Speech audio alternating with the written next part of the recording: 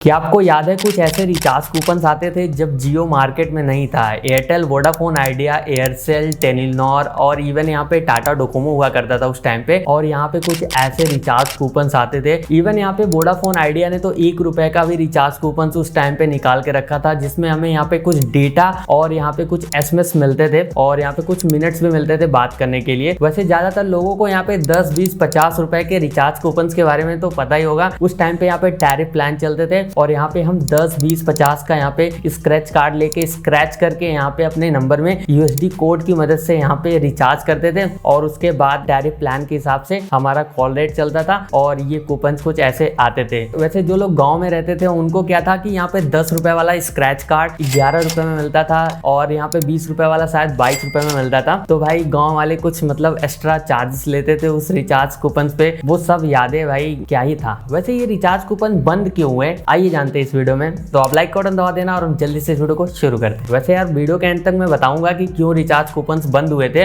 वैसे उससे पहले थोड़ा हम अपनी पुरानी यादों को ताजा कर लेते हैं, थोड़े रिएक्शन देख लेते हैं कि लोगों का क्या रिएक्शन था और इस टाइम पे इंटरनेट पे क्या रिएक्शन पड़े हुए हैं। तो यहाँ पे किसी ने लिखा है I used to try random 12 digit with that hash code never work through. हाँ ये तो मैंने भी किया था। मतलब यहाँ पे कोई स्क्रैच कार्ड एक बार रिचार्ज हो जाता था, उसके बाद यहाँ पे फिर से वो नंबर मतलब थोड़ा बहुत रैंडम नंबर ट्राई करके वहाँ पे सेम कोड डाल वाल के देखा गया। तो भाई ऐसा नहीं होता था। मतलब वो ऐसा कुछ टेक्निक यूज होता था कि एक नंबर को मतलब ऐसा सिमिलैरिटी नहीं रहती थी कोड्स में। बाकी यहाँ पे किसी ने लिखा है scratching the card with their hands will cause skin cancer was the biggest rumour. हाँ उस टाइम पे ये तो था। मतलब लोग बोलते थे कि अगर आप नाखून से स्क्रैच करोगे तो भाई उसका जो मटेरियल था वो अगर नल में जाता है तो ज्यादा टाइम के बाद वो एक मतलब कैंसर जैसी बड़ी बीमारियों को कॉज कर सकता है। तो ये बहुत ज्यादा रूमर फैलता था। तो लोग क्या करते थे कि यहाँ पे भाई स्क्रैच कार्ड लेते थे तो दुकानदार से स्क्रैच करवाते थे या फिर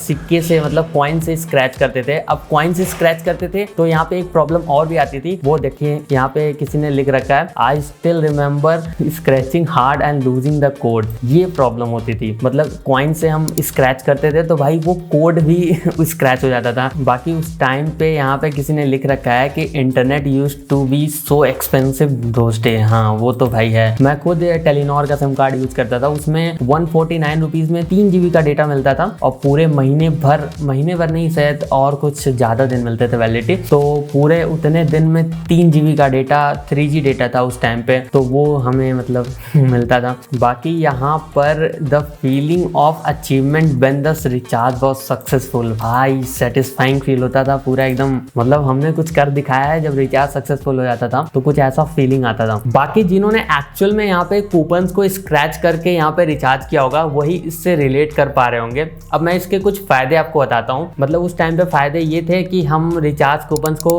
मतलब ज्यादातर खरीद के रख लेते थे और जब भी हमें नीड पड़ता था तो यहाँ पे हम स्क्रैच करके उसे कहीं पे भी हम रहते थे तो वहाँ पे USD कोड की यूज से यहाँ पे हम रिचार्ज कर लेते थे और आसानी से हमें कहीं जाना भी नहीं पड़ता था। लेकिन इसमें दिक्कत ये थी कि भाई पे हमारा रिचार्ज कूपन चोरी हो जाता था या फिर यहाँ पे कहीं ना कहीं हमारे वॉलेट से गिर जाता था। तो ये प्रॉब्लम तो उस टाइम पे होता था। लेकिन यहाँ पे उस टाइम पे ये था कि यहाँ पे जो रिचार्ज कूपन मिलते थे उसे हम ऑफलाइन यहाँ पे रिचार्ज कर सकते थे। लेकिन आज के टाइम पे यहाँ पे इवन आप दुकान पे भी जाते हो टेलीकॉम शॉप पे रिचार्ज कराने तो वहाँ पे भी ऑनलाइन मोड से ही रिचार्ज किया जाता है। बाकी उस टाइम पे सब कुछ ऑफलाइन था और यहाँ पे बहुत ज्यादा सिंपल था और ज्यादातर लोग क्या करते थे स्क्रैच कार्ड को दुकानों पे ही वहाँ पे कहते थे भैया आप ही भर दो।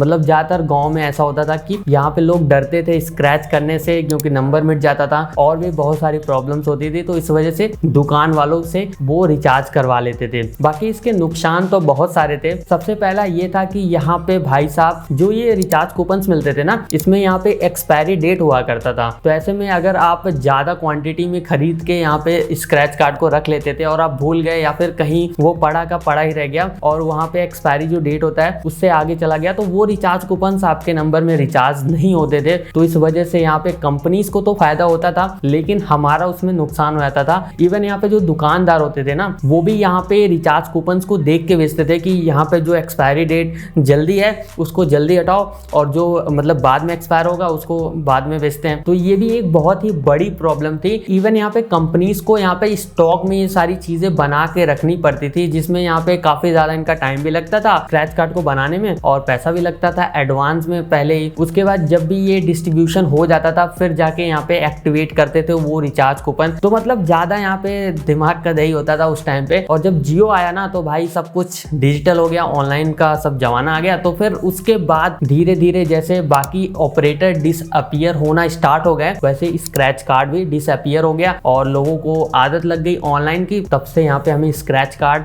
मार्केट में देखने के लिए नहीं मिलते हैं। बाकी जिन लोगों ने यहाँ पे भाई रिचार्ज कूपन वो स्क्रैच कार्ड यूज किया है, कमेंट सेक्शन में अटेंडेंस लगा देना जरूर से और बताना आपका क्या एक्सपीरियंस था उससे रिलेटेड। सब कुछ शेयर करना, मैं कमेंट्स पढ़ने वाला हूँ। बाकी लाइक का बटन दबा देना और मैं मिलता हूँ आपसे अगली वीडियो में। बाकी सब्सक्राइब भी कर लेना।